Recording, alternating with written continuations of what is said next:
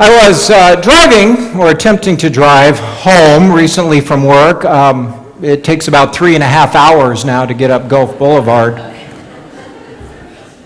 which is okay most of the time. You know, you get there, and on this particular day, I decided to make the best of it and cranked up the stereo and was rocking out about as much as a 59-year-old man can. You know you're doing good when the kids next to you look at you and go, "Really?" And a song came on that some of you may remember. It's by Bruce Springsteen, and it was entitled "Glory Days." Anybody remember that? Anybody want to admit they remember that? Can anybody sing it? Fred, can you sing it for me? You know the words, but you're not going to sing. Yeah, well, it's a song really kind of reminds us, you know, the guy's working and he goes back, probably goes to a bar, I think, but actually he runs into people from the old high school days and their glory days and when they were great and outstanding, and maybe they were the best days of their life, I don't know. But it caused me to think and to reflect back in time to high school, college days, and for many of us, when we do that, you know, it gets so good because, you know, when I think back, I was the fastest, the brightest, the wittiest, the most handsomest. It was all right there. In my mind's eye, man, was I a catch. Right? It kind of works that way. You know, there's the glory days. Which actually reminded me of another song from a previous era, a little older, written by Bob Dylan and made famous by the Byrds, that had a line in it that said, "I was so much older then, I'm younger than that now." And when I put those two together, I began to think about how when we were young, when we were younger, and that's a relative statement, how we thought we had it all together.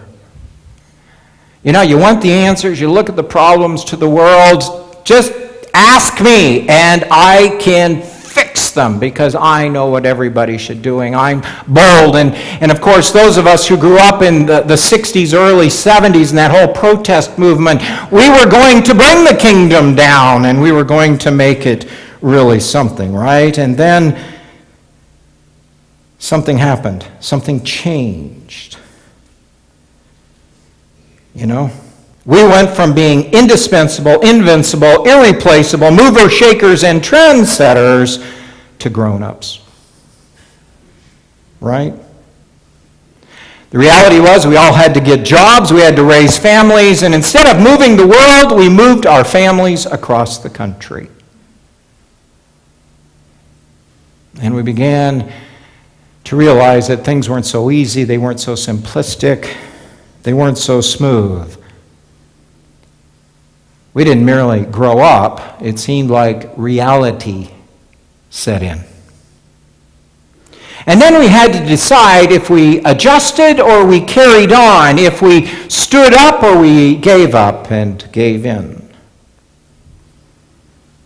Many gave up, many gave in, said, "I can't do it, it doesn't matter anymore. Been there, done that, it's another generation's challenge." You know, I think back even on my younger days, you know, I've said it, you all know it, you know, in the 70s when I worked for President Ford, you know, there was that part of me thought, well, politics is how you're going to change the world, you're going to make a difference, and became very disillusioned with that and how it functioned and how it worked and how you sold your soul to get what you thought was going to make a difference and then didn't.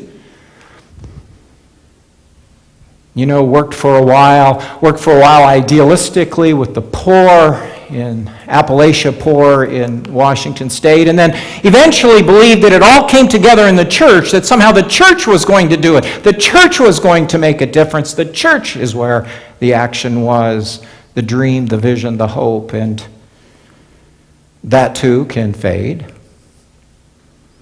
And as I move farther in my own journey with people I've ministered with for 30 and 35 years and longer, and they move towards retirement, the accelerator on their foot begins to back off and the brake begins to go down as they too back off, which is natural, understandable after years, but it's also unfortunate because they slow down, back off, fade away, not because they're worn out,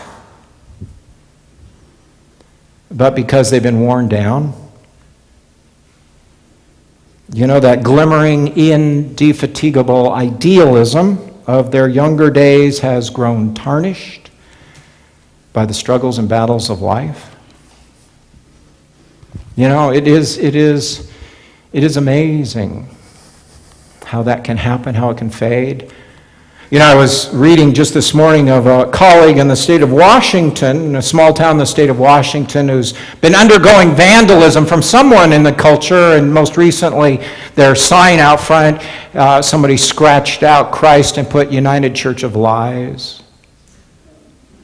You know, you live with that stuff, and some days it's tough to get up and preach about what you believe should be, and the truth as you see it, and the dreams and the visions that you believe are truly God's. People always laugh, but I believe it's true. I have about 2 or 3 good sermons in me a year, and when I think back on the good sermons I've heard, there's a few of them that stick with me, not mine, but somebody else's, and one of those belonged to the Reverend Fred Edmonds, and he was at the church in Fort Collins for many years and a mentor of mine.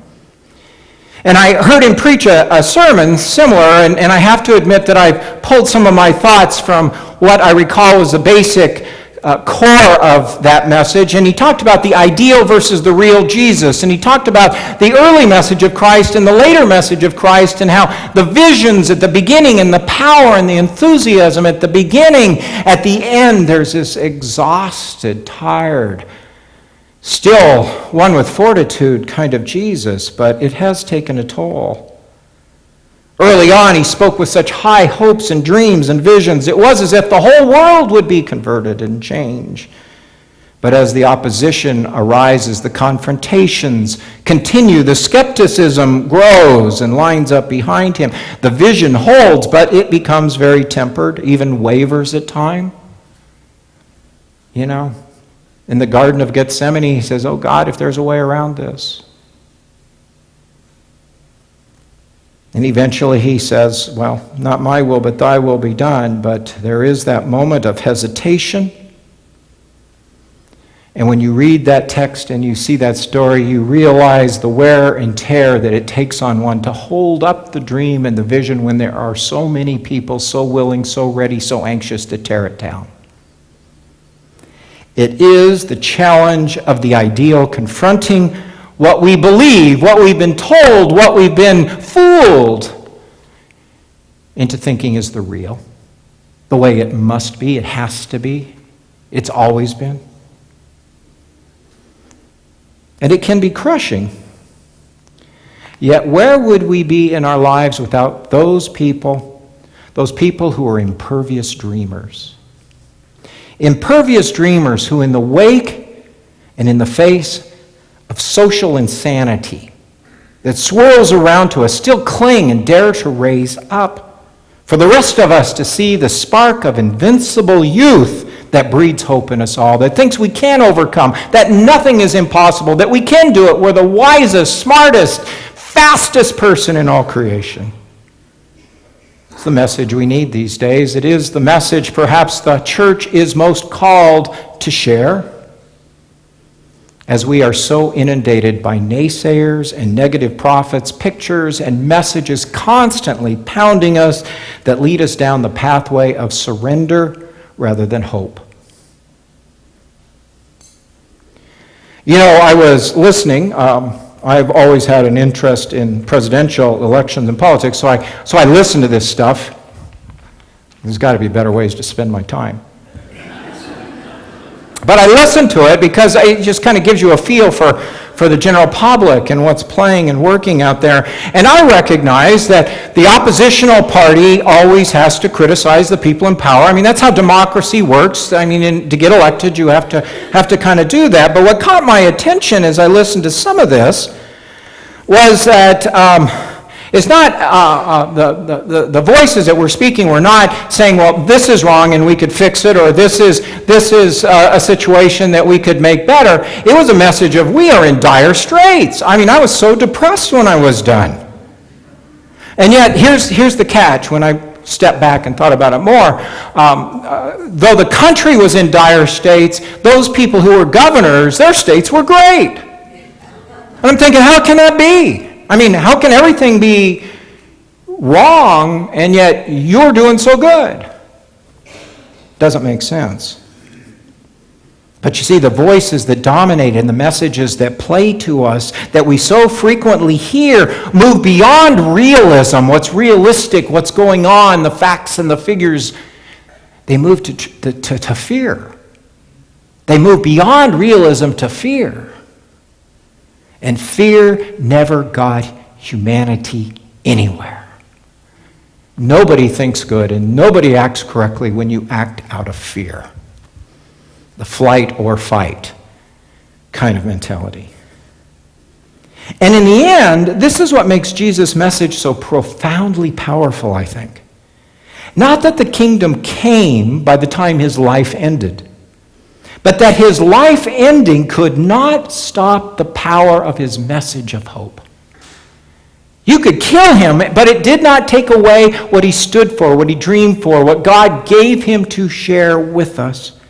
It could not stop the power of his dream, the dream that the world could be better, that the kingdom could come, that humanity could live in love and care, the thing that inspires as well as challenges us all. And we need to hear that message and that dream today. Despite all we hear, our lives are not so bad. Our lives may not be perfect, but I would submit to you that most people here have a pretty good life. Our society is not without flaws. There is always a place for improvement, but we still live with promise. Our churches may be struggling. Churches across the country may be struggling, but the gospel is still relevant, it is still needed, and it is still alive. You catch the difference?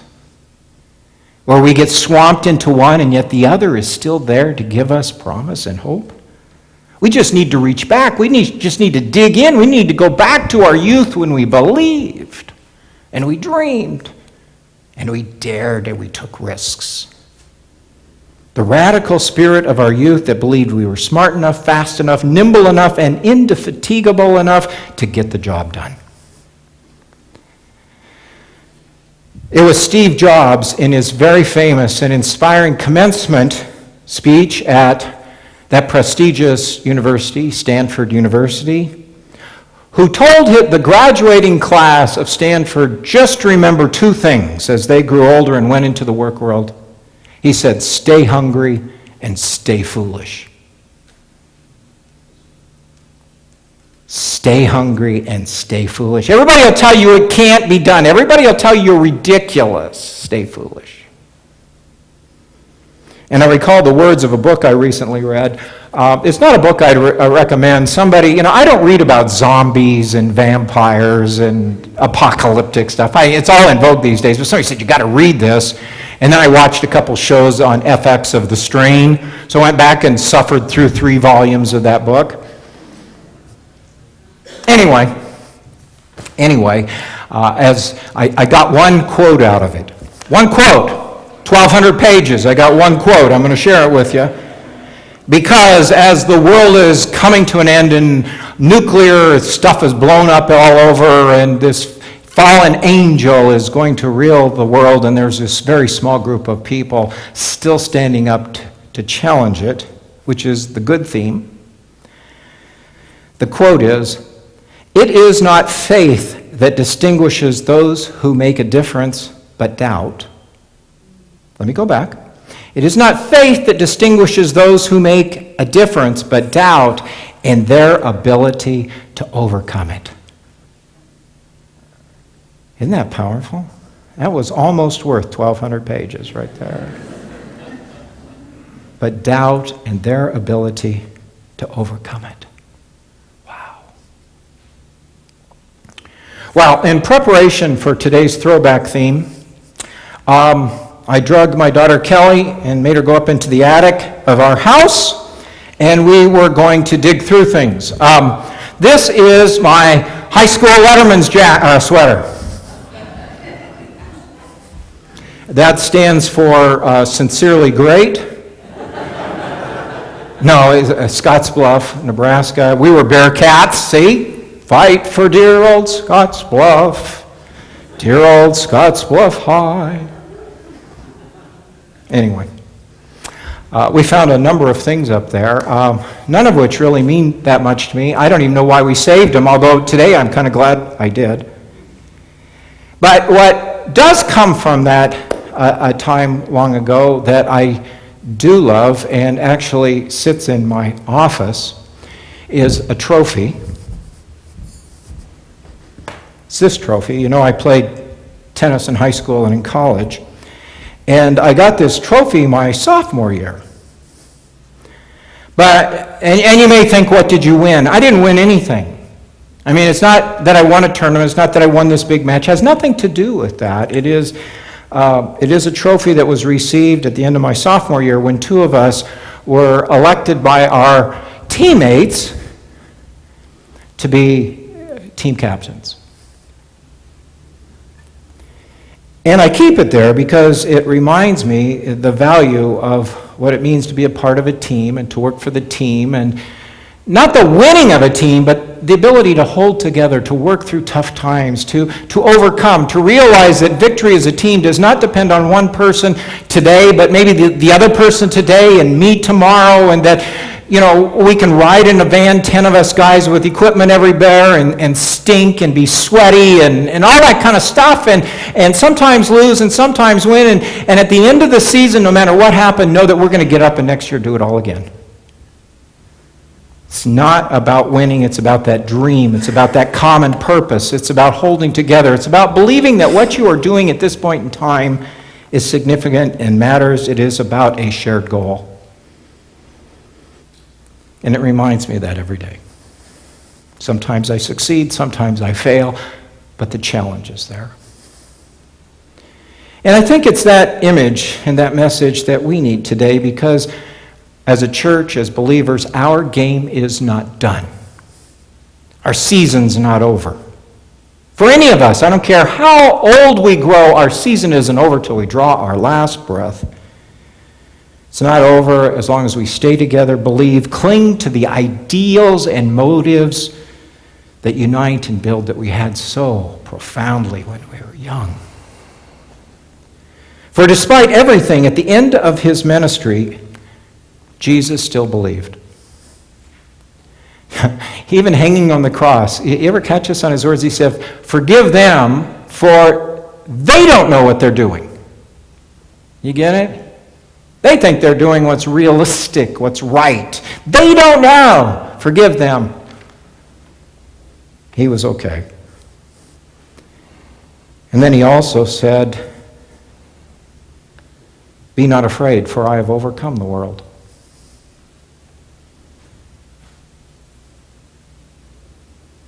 I've overcome the world. And I give you the ideals, the hopes, the dreams, the vision to overcome the world too. Wow. Take that home.